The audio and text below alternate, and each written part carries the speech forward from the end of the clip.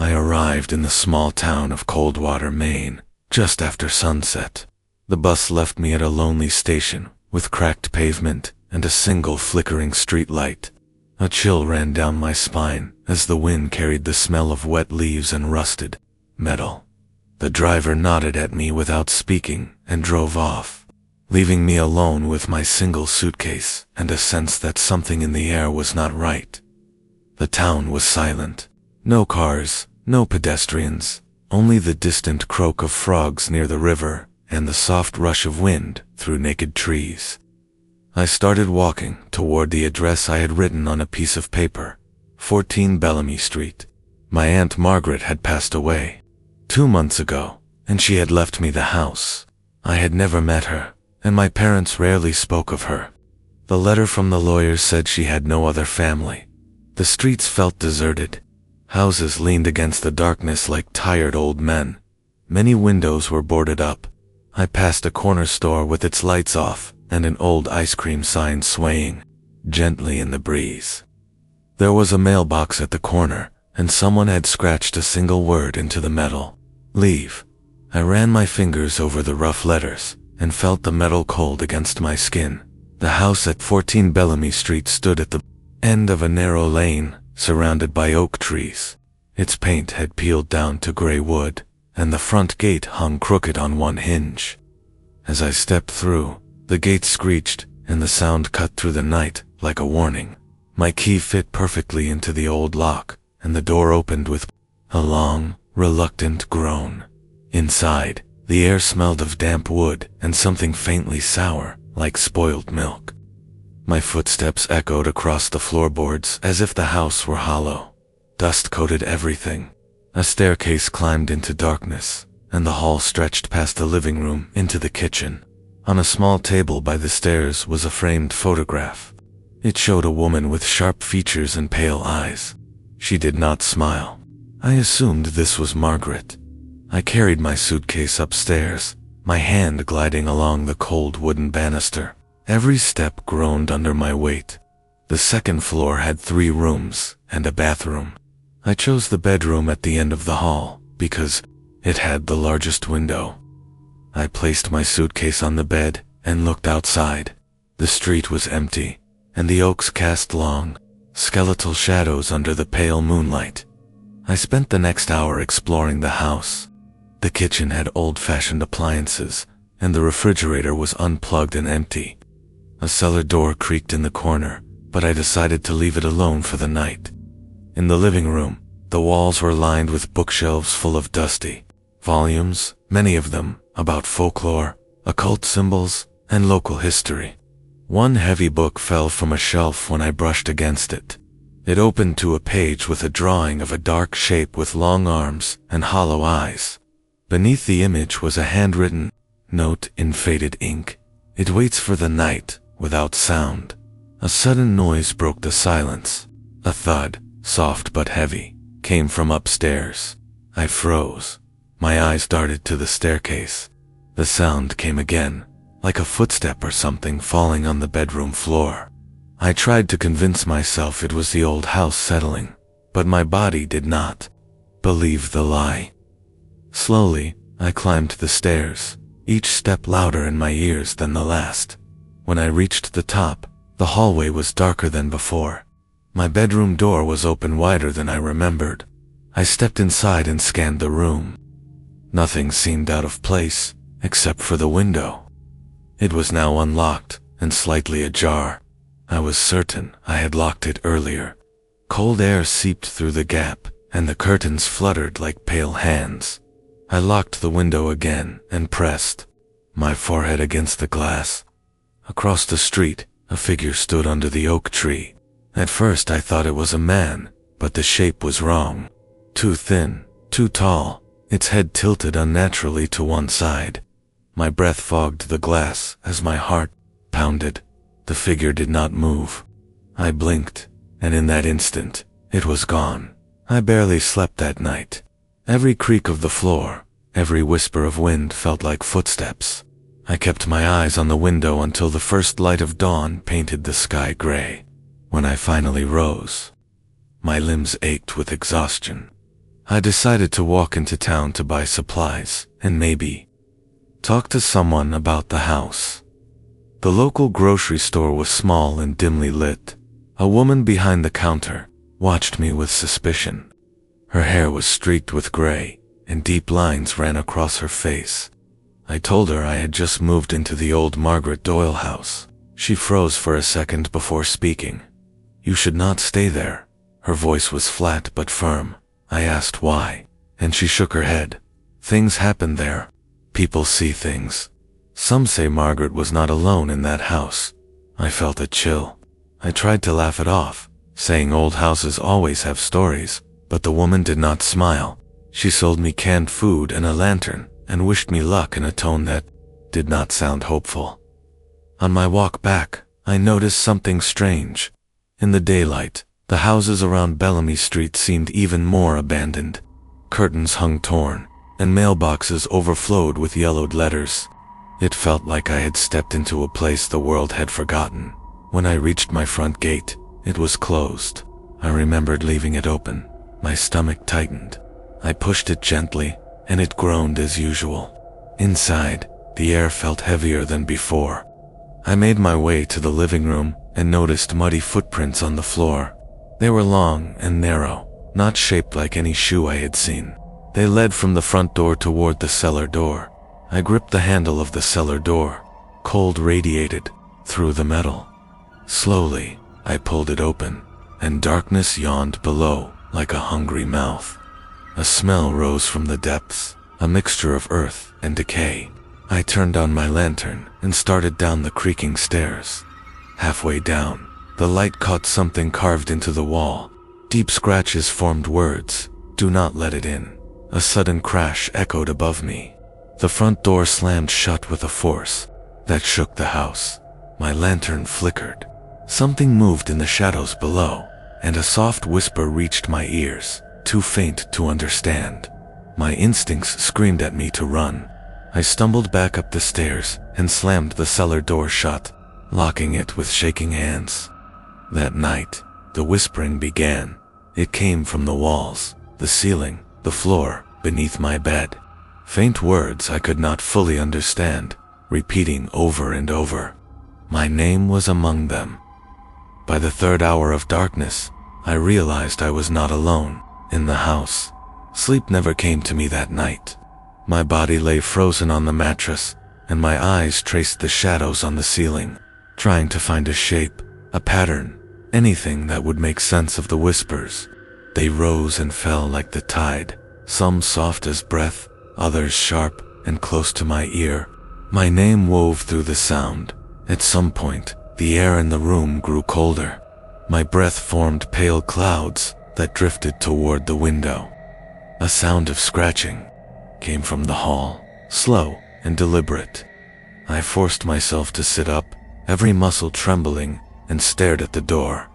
The scratching stopped. I waited, heart pounding, and then something slid across the floor outside my room. A dull thud followed, like someone had dropped a wet cloth.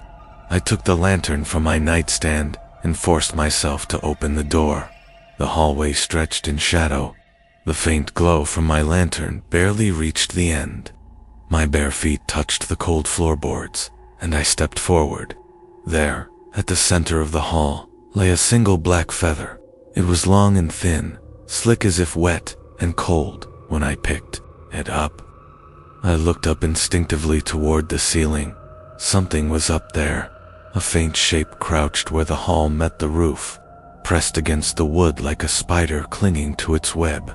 I could see its arms, impossibly long, and its face hidden in darkness. My breath caught in my throat. Then the shape scuttled back into the attic through a small trapdoor I had not noticed before. I ran back to my room and locked the door. My lantern flickered violently. For the rest of the night, I sat in the corner, holding the black feather, waiting for the first light of morning. When the sun finally rose, I checked the hallway. The trapdoor to the attic was closed. I climbed onto a chair to inspect it, but there was no handle.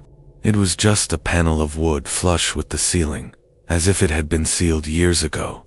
No trace of the feather remained where I had found it. I decided to leave the house and go into town again. I needed answers. The library sat near the edge of Coldwater's Main Street, a red brick building that seemed almost proud compared to the other abandoned structures. Inside, the air smelled of paper and dust. A single librarian sat behind the counter, a tall man with hollow cheeks and sharp blue eyes. He watched me without blinking as I approached. I asked if the library had any records about Bellamy Street. He hesitated, then nodded and led me to a back room filled with old town archives.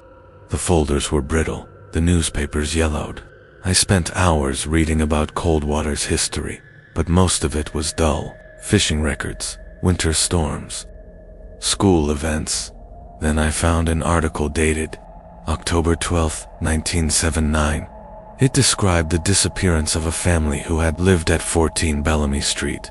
Their names were Richard and Susan Hale, with their son Peter, age 12.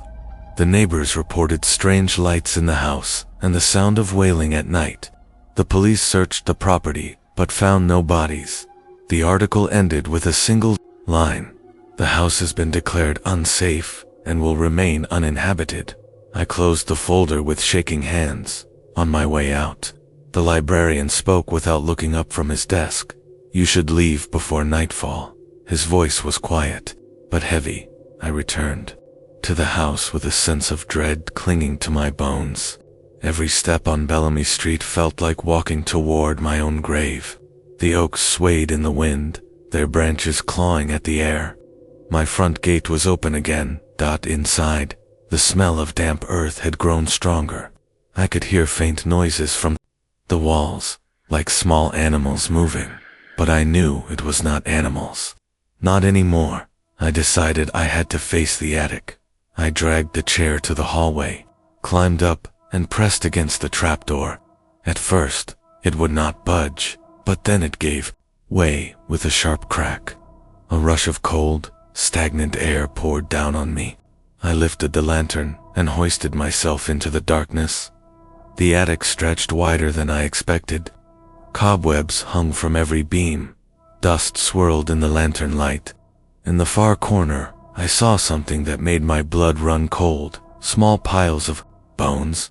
Some were animal, some I could not identify.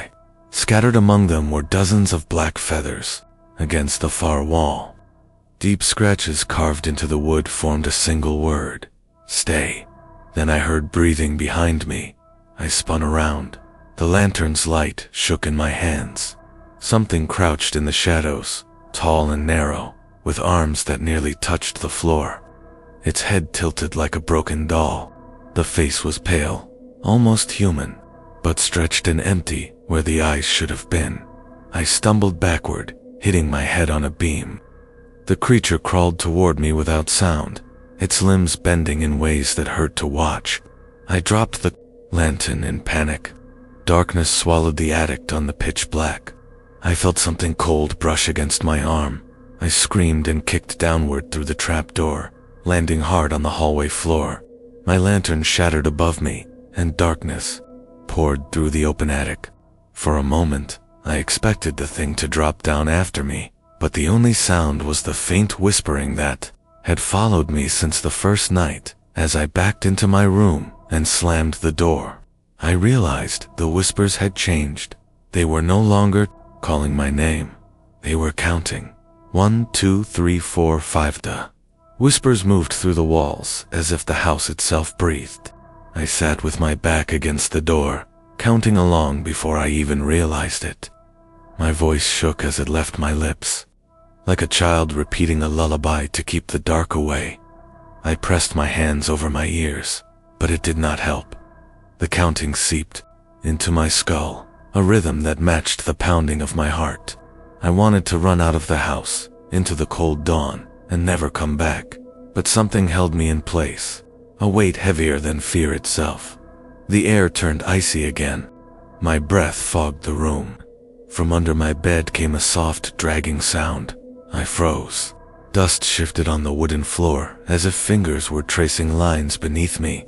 I could not move. 1, 2, 3, 4, 5, 6. Sudden knock rattled the window.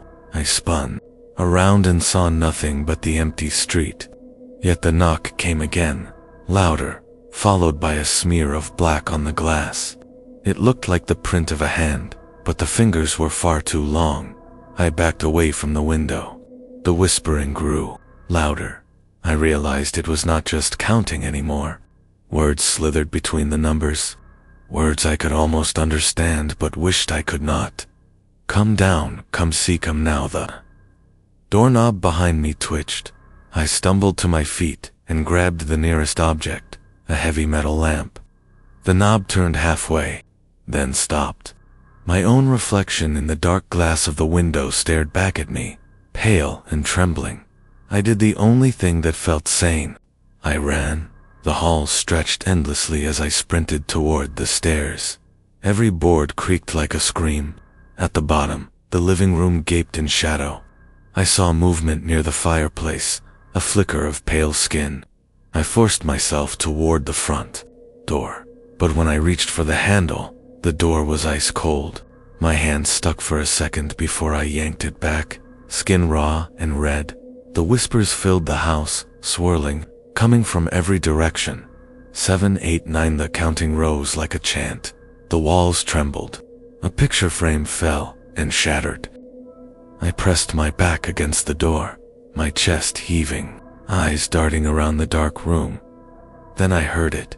Footsteps on the stairs, slow, deliberate. Coming down, I crouched low, trying to make myself invisible. The steps reached the bottom. A shadow stretched across the floor before I saw the thing itself. Its head bent low to clear the ceiling, arms dangling. It paused as if tasting the air. My heart hammered so loudly I thought it would give me away. The creature turned its eyeless face toward me. Even without eyes, I felt its gaze pierce through me. 10, the word was not whispered. It was spoken aloud, deep and guttural, shaking the air. The house fell silent. My breathing sounded like a scream in the stillness. Then the lights in the house flickered on by themselves. Every bulb glowed a sickly yellow, and in that moment I saw the walls clearly for the first time. They were not covered in old wallpaper. They were covered in handprints, hundreds of them, black and smeared, climbing up to the ceiling. A sudden crash came from the kitchen. I flinched and turned, and in that split second the creature moved, not walking, not running, but gliding, closing the distance between us in one impossible blur. I bolted toward the kitchen, not thinking, only fleeing. I slipped on the tile, caught myself on the counter, and grabbed the first thing I saw, a long rusted knife left behind by some former owner. Behind me, the air grew heavy. I swung the knife wildly into the dark, screaming, but there was nothing there, only the smell of damp earth and rot. I collapsed to the floor, chest heaving. Silence settled again, as if the house itself was holding its breath. Then I noticed the back door. It was open. A gust of night air swept into the kitchen, carrying the scent of the sea. I ran for it, expecting at any moment to feel those long fingers clamp down on my shoulders. I stumbled out into the backyard, the cold grass wet under my feet. For the first time since I arrived, I felt the freedom of open air. Then I heard it behind me. One eye turned my head toward the house. In the window of my bedroom, something pale moved. Slowly, deliberately, a hand pressed against the glass. Then another tooth of whispers started again. And this time they were outside the house. The night air burned my lungs as I ran. My bare feet tore against the gravel of the long driveway, leading to the old road that cut through the trees. Behind me, the whispers followed, no longer confined to walls or windows. 3, 4, 5, the sound came from everywhere and nowhere, weaving through the wind. I did not dare look back. I knew that if I did, I might see it gliding through the darkness. Those long arms reaching, that eyeless face locked onto me. When I reached the edge of the property, I stumbled onto the cracked asphalt road. A faded sign leaned crooked in the grass, barely visible in the weak moonlight. It read Hollow Point Road. I had never heard of it before. The road stretched into darkness in both directions. On one side, it disappeared into thick forest. On the other, it sloped downward toward the faint glow of a distant street lamp. I chose the light. The wind picked up as I ran. Leaves whipped around my face. Somewhere far behind, a low moan rolled through the trees. It was not the wind. I froze. The voice was closer now. I forced my legs to move faster, my breaths ragged. Every sound seemed to come alive, the crunch of leaves, the creak of branches, the distant splash of water. My mind spun with one thought, just reach the light. But as I approached the street lamp, I saw that the light flickered. It was not stable. It buzzed faintly in the night, and beneath it stood a figure. At first I thought it might be a person. Relief flickered through me like a dying spark. But as I drew closer, my stomach dropped. The figure did not move. It was tall, impossibly thin, its arms dangling at its sides, its head tilted at an unnatural angle, as if its neck had been twisted. And though there were no visible eyes, I felt its attention lock onto me. 7, the word rumbled through the night, deep enough that I felt it in my bones. I stumbled backward. The thing did not take a step, but the shadow beneath the street lamp stretched toward me, sliding along the road like spilled ink. My body moved before my mind did. I turned and sprinted into the forest, away from the light and the road and everything I had ever trusted to keep me safe. Branches clawed at my arms and face. Roots tried to trip me with every step.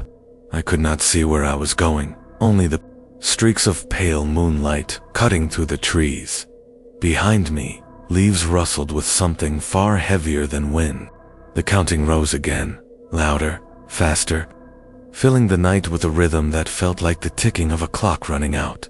8, 9, my foot caught on a root, and I went down hard. Pain shot up my leg. I bit back a scream and clawed at the dirt, trying to get up. I felt the earth tremble beneath my palms. The smell of rot and wet soil grew stronger. From the darkness ahead, something moved.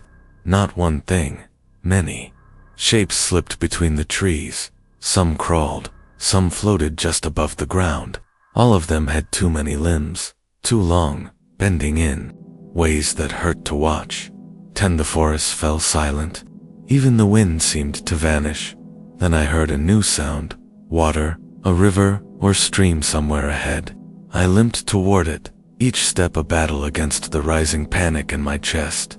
My leg throbbed, but I forced myself to move, to survive. The trees opened into a small clearing where a black river cut through the forest. The water reflected the moon in jagged fragments. On the opposite bank, a structure rose out of the darkness. At first, I thought it was a cabin. Then I realized it was the remains of an old wooden church. Its steeples snapped in half, walls sagging, windows broken. The whispering returned, but now it was layered. Dozens of voices speaking over one another. They came from the church. Come home. I hesitated at the riverbank, staring at the rotten boards of a half-collapsed footbridge. Crossing felt like walking into the mouth of something alive. Behind me, branches cracked. Leaves shook out without thinking. I set my foot on the bridge. It creaked under my weight, but held. I took another step, and another. Halfway across, I felt the water move beneath me. Slow ripples spread out from the shadows below. Something shifted under the surface, large enough to distort the moonlight. I ran the last few steps and threw myself onto the opposite shore. The church loomed over me now. Its front doors hung crooked, one missing entirely. A cold wind poured out of the darkness inside, carrying the smell of wet wood and old decay. The counting started again. One this time it came from within the church. The air inside the church was colder than the night outside. My breath came out in pale clouds as I stepped across the threshold. Rotten boards groaned under my feet, and a faint echo rolled across the empty hall. Moonlight seeped through holes in the broken roof, casting pale streaks across the pews. Dust drifted in the beams, disturbed by a wind that seemed to move against nature, curling inward instead of out. I paused, listening. To the voice whispered from the altar. I could not see anyone there, but I could feel the weight of unseen eyes pressing against me. The smell of wet wood and something older, like soil dug from a deep grave, clung to the air. I forced myself forward. The aisle between the pews felt endless. Every step echoed too loud, as if the church itself were listening. Halfway down, I noticed movement in the shadows to my left. My head snapped toward it. Something crouched between two broken pews. Its skin was the color of ash, stretched tight over bones. The head twitched, jerking with sharp, unnatural movements, and the mouth opened in a silent scream. The word rippled across the walls. This time, the voice came from behind me. I spun around. The doorway where I had entered was no longer there. In its place was only darkness, thick and impenetrable. I stumbled backward, heart racing. The thing crouched in the pews crawled out into the aisle. Its arms were too long, its fingers scraping the wooden floor as it moved toward me. Its head rolled loosely on its neck, as if it had no bones at all. I backed away until I hit the first step of the altar. My legs shook, for the whisper shivered through the church, and this time, the floor vibrated with it. A crack tore across the wooden boards near the altar. Slowly, the wood began to bow inward, as if something beneath the church were rising. I stumbled back, staring as the altar split apart, pieces falling into a darkness that seemed deeper than the earth itself. A cold wind burst upward from the opening, bringing with it the stench of wet soil and decay. The creature in the aisle stopped, crawling. It tilted its head toward the pit, almost reverent, and began to speak in a low, rapid murmur I could not understand. The whispering rose to a roar. I turned to run, but there was nowhere to go. The windows were too high to reach. The doors were gone. Even the hole in the roof now showed nothing but blackness, as if the night sky had been swallowed. The boards beneath me shuddered. Then they gave way. I fell into the dark. For a moment, I felt only air rushing past me, cold and damp. Then, I hit wet ground, the impact knocking the wind out of me. I coughed, tasting dirt and metal on my tongue. It was not completely dark down here. Faint light pulsed through cracks in the soil, like veins glowing in the earth. I pushed myself to my feet, every muscle trembling. My leg ached from the fall, but I could stand. All around me, the whispering continued, but now it was different. Close, personal. The voices spoke my name. Jacob, Jacob. The walls of the underground space were slick with moisture, and they moved. I froze as I realized they were not walls at all, but the sides of a vast tunnel lined with pale, shifting shapes. Hands, hundreds of them. Some pressed against the earth, others reaching out toward me, fingers curling in slow hunger. The word shook the tunnel. Dust rained from above. A low rumble rose from deeper in the darkness ahead. Something was coming. I had no choice but to run. My feet splashed in shallow water as I moved, the tunnel curving downward. The whispers followed, growing faster, overlapping, until they became a single rising wail. The rumble became a series of heavy, wet thuds. I risked a glance over my shoulder. In the faint, pulsing light, I saw it. A mass of limbs and torsos fused together, crawling on all fours, faces pushed out of its surface, screaming silently before sinking back into the flesh. Its arms ended in claws made of bone, scraping deep gouges into the wet ground as it chased me. I ran until my lungs burned. The tunnel opened suddenly into a cavern. In the center was a black pool, its surface perfectly still, despite the water dripping from the ceiling. The cavern vibrated with the word. The water in the pool rippled. I stumbled to the edge, looking for any other exit, but there was none. Only the tunnel behind me and the black pool in front. The fused creature crawled into the cavern. It paused at the edge, tilting as if waiting for something. Then the water moved. A hand broke the surface, pale, long-fingered. Then another. Then a head, hair slicked to a face that had no features except a gaping, circular mouth. 8. The whispers rose to a scream, and the pool began to boil. I realized with cold horror that I was not in a church. I was in its mouth. The pool erupted in waves that splashed across my face, cold and foul with a taste of rust and decay. I staggered back, but there was nowhere to go. Behind me, the mass of fused bodies filled the tunnel entrance, blocking any hope of escape. The faceless figure rising from the pool dragged itself higher, water cascading from its limbs. Its circular mouth opened and closed slowly, producing no sound, but I felt a vibration in my chest, like my ribs were trembling. 9. The voice tore through the cavern. This time, it did not sound like a whisper. It was a command. The creature in the tunnel shuddered and began to separate.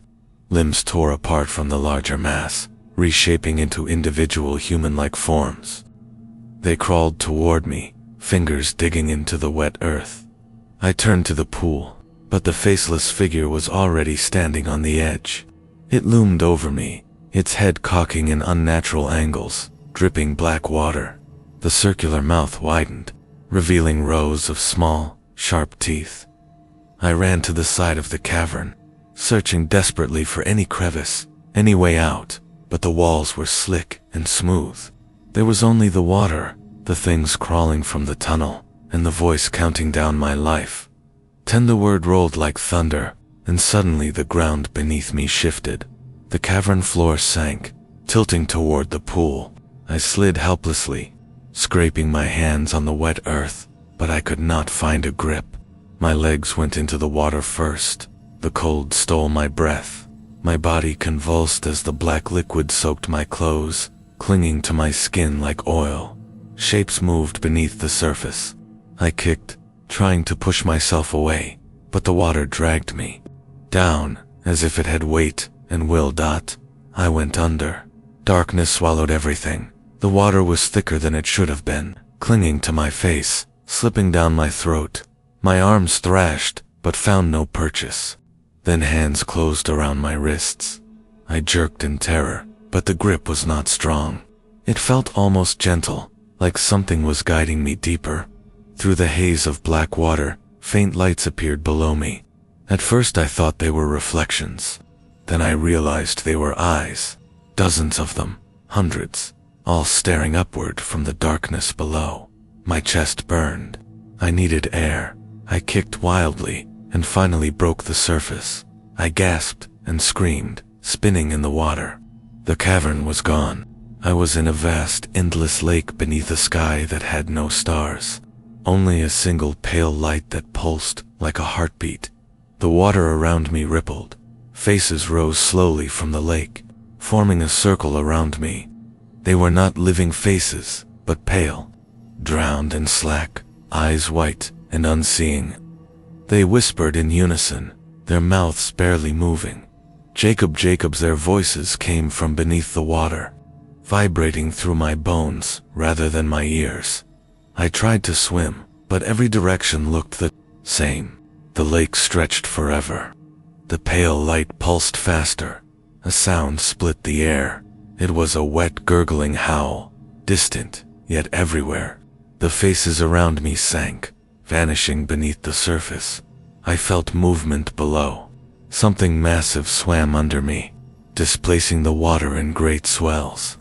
The pale light dimmed as if hiding from whatever hunted me in the dark. Then the water rose. A tower of liquid formed beneath me, lifting me high into the air. I spun helplessly as I rose, glimpsing the black expanse of the lake. Far below, something surfaced. It was not a creature. It was the absence of one. A hole in the water, a perfect circle where the lake vanished into an endless void. The edges rippled with jagged teeth of water. The tower tipped. I fell screaming toward the hole. The moment I touched the void, the cold became pain. My body felt pulled in every direction. I reached out instinctively and grabbed nothing, and then I was standing. I was in a field of dead grass under a gray sky. The air was dry and silent. Behind me, there was no lake, only endless plains. In the distance, I saw a small farmhouse leaning to one side. Smoke rose from its chimney. My legs shook, but I forced myself forward. I had to find someone, anyone, to tell me this was real. As I approached the farmhouse, the front door swung open. A figure stood in the doorway. It was my father. He had been dead for 8 years. My legs refused to obey me at first. I stood frozen in the field, staring at the man on the farmhouse porch. My father leaned against the doorframe with that same crooked stance I remembered from childhood, his left hand tucked into his jeans pocket. He was smiling. The wind brushed the dead grass, and I felt nothing. The air was thick and dry, holding no scent of earth, no weight of life. My voice cracked when I finally spoke. "Dad," he nodded once, then gestured for me to come closer. Every instinct screamed for me to turn around and run, but there was nowhere to go. The plain stretched forever, in every direction, and the lake was gone as if it had never existed. I forced myself to walk, each step crunching the brittle grass. My father watched silently, smile never faltering. When I reached the porch, I noticed his skin was grayish, as if the sun had never touched it. Inside, the farmhouse smelled like dust and iron. The furniture was all wrong, bent and swollen, as if it had been soaked and left to dry. The photographs on the walls were twisted, faces melted into unrecognizable blurs. Dad moved toward the kitchen. I followed, my knees weak, my heart pounding like it wanted to tear through my ribs. He pointed at the table. A single plate waited there, holding a slab of raw meat. I could not tell what animal it came from. It was black at the edges, and still, glistening with wetness. The voice was not his. It vibrated from the walls, from the floor, from the air itself. My father's mouth had not moved. I sat because I could not do anything else. My hands trembled on my knees. Eat the meat twitched. A bead of dark liquid rolled onto the plate and sizzled as if it were burning cold. I shook my head. The walls groaned. A shadow passed across the ceiling like something had crawled just above the wood. My father's head tilted sharply to one side, bones popping in his neck. His smile widened until his cheeks split at the corners. I reached for the fork with shaking fingers. The metal was icy. I speared the meat, and the texture was wrong, spongy and soft. When I lifted it, a wet sound echoed through the kitchen. A single human eye slid out from the folds of meat and landed on the plate, staring up at me. I dropped the fork and pushed back from the table. My father's smile collapsed, his face melting into a hollow mask. Black liquid poured from his eye sockets and mouth. The windows shattered all at once. Wind howled through the farmhouse, carrying whispers. The dead grass outside rustled in waves, forming shapes that almost looked like people crawling. "Run!" The voice was different now, urgent, desperate. I did not hesitate. I sprinted through the open door into the dead field. Behind me, the farmhouse began to crumble inward, its wood twisting and snapping like bones breaking under invisible hands. The horizon rippled ahead, and the ground sloped downward into a hollow I had not seen before. I stumbled down into it, sliding on the dry earth, until I reached the bottom. A single door stood there. No walls, no frame, no building.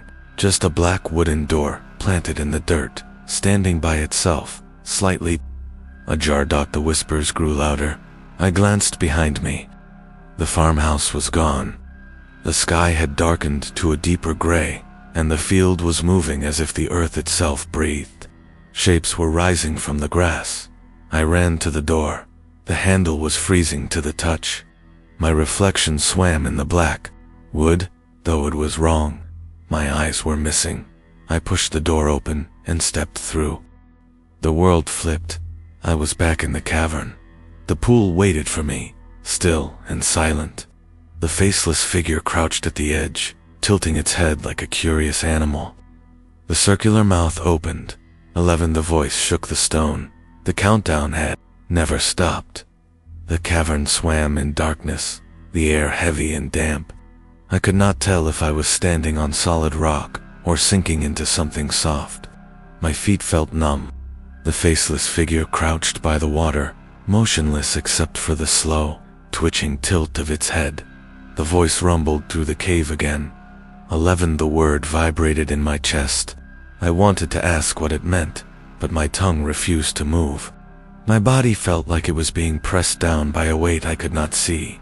The water rippled, though nothing had touched it. The faceless figure lifted an arm. Its hand was long and skeletal, ending in sharp points that almost reached the surface of the pool. The water began to swirl around those points, forming a spiral that sank downward into blackness. A sound like distant breathing filled the cavern. I realized with a shiver that it was not coming from me. The spiral grew wider, spinning faster. The walls of the cavern seemed to bend toward it, as if the air itself was being pulled in. I dug my fingers into the wet stone to keep from sliding forward. The voice returned. Lower now. 10, the word pulsed through the cave like a heartbeat. I tried to speak. My voice cracked. What do you want? The figure did not answer. Instead, the water rose, forming a column that twisted like a rope. Within it, shapes moved. Faces pressed against the water's surface, screaming silently. I saw the eyes of people I had never met. A man with a thick gray beard, a child with missing front teeth, a woman with her mouth sewn shut. They all stared at me as they rose and sank again in the spinning column. 9, the number boomed, echoing endlessly. The spiral widened until it filled the entire pool, and then I realized it was not water anymore. It was an opening, a black vortex, that led somewhere far below, somewhere I knew I should never go. The figure turned its featureless head toward me. It lifted a finger and beckoned once. I shook my head violently. The walls of the cavern trembled. A crack ran along the ceiling, and dust rained down. The air grew colder, sharp in my lungs. I scrambled backward, but the stone floor had turned soft. My hands sank into it like wet clay, and I had to fight to pull them free. I slid toward the spiral, my heels scraping against the floor. A sudden memory cut through the fear. My father's face on the farmhouse porch. The split smile, the black liquid. It had all been a lure, a path to bring me here. The figure rose to its full height.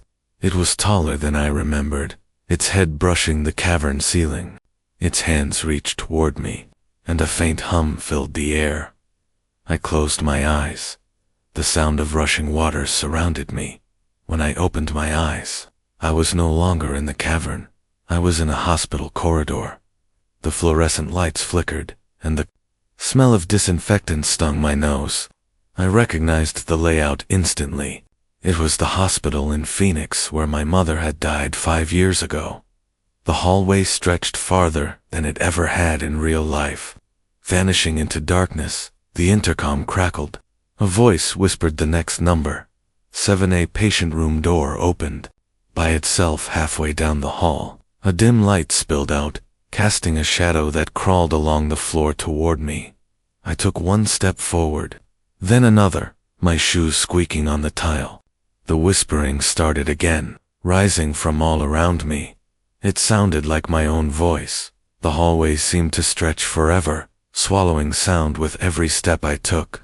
My shoes made soft squeaks on the waxed tiles, but even that faint noise was swallowed by the pressing silence. The door ahead of me hung open, light spilling from its frame like a thin, crooked smile. The whispers grew louder. They were all my voice, echoing words I could not remember saying. Some were angry, some were sobbing, some were begging. I reached the doorway and hesitated. Inside, the hospital room was almost empty. A single bed sat against the wall, sheets perfectly flat, as if no one had ever touched them. On the pillow lay a small black stone, wet and glistening dot. The intercom hissed. 6, the whisper was softer this time, almost gentle, and it made my skin crawl. I stepped into the room, and the door slammed shut behind me. The light flickered violently, and the walls began to ripple like water. I clutched the bed frame to keep my balance as the room twisted around me. The walls melted into dark stone. The tile floor became rough and damp beneath my feet. I was back in the cavern, the spiral still churning. Only now it filled the entire chamber. The faceless figure stood on the far side of the vortex, hands raised in silent command. Behind me, the hospital door no longer led to a hallway. It opened into black water that lapped at the frame, cold mist seeping into the cavern. 5 the number cracked like a whip, shaking the ground. I crawled along the stone, trying to keep away from the spiral, but the air felt thick and heavy. My chest burned. Every breath felt like inhaling smoke. The faceless figure slowly raised one long finger and pointed downward into the whirlpool. The faces within the dark water spun faster. Their mouths opened in a silent, agonized scream. Then, I saw one face that froze my blood. It was me.